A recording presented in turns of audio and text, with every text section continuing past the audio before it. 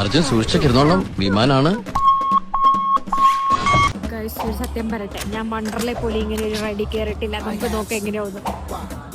സത്യം പറഞ്ഞാൽ ഇത് കഴിഞ്ഞിട്ട് എന്താ സംഭവിച്ചതെന്ന് പോലെ എനിക്ക് ഓർമ്മയില്ല ഗൈസ്. ഇതുപോലെ 3-4 വെള്ളിയില് ഒരു കസേര ഇട്ട് കറക്കുന്നതിന് എന്റെ കയ്യിൽ നിന്ന് ചെലവായത് 12 പൗണ്ട്.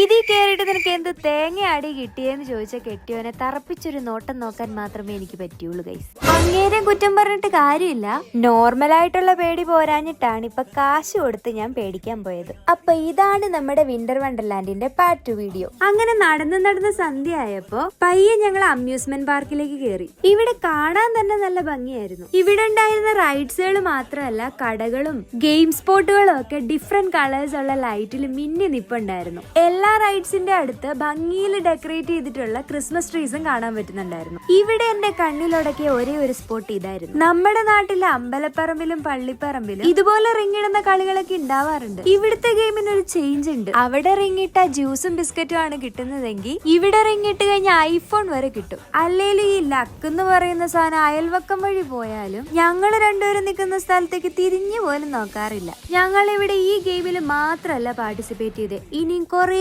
ഗെയിം ഉണ്ട്. അപ്പൊ അതിന്റെ വിശേഷമൊക്കെ അടുത്ത വീഡിയോയിൽ പറയാട്ടോ. അപ്പൊ സബ്സ്ക്രൈബ് ചെയ്യാൻ മറക്കല്ലേ.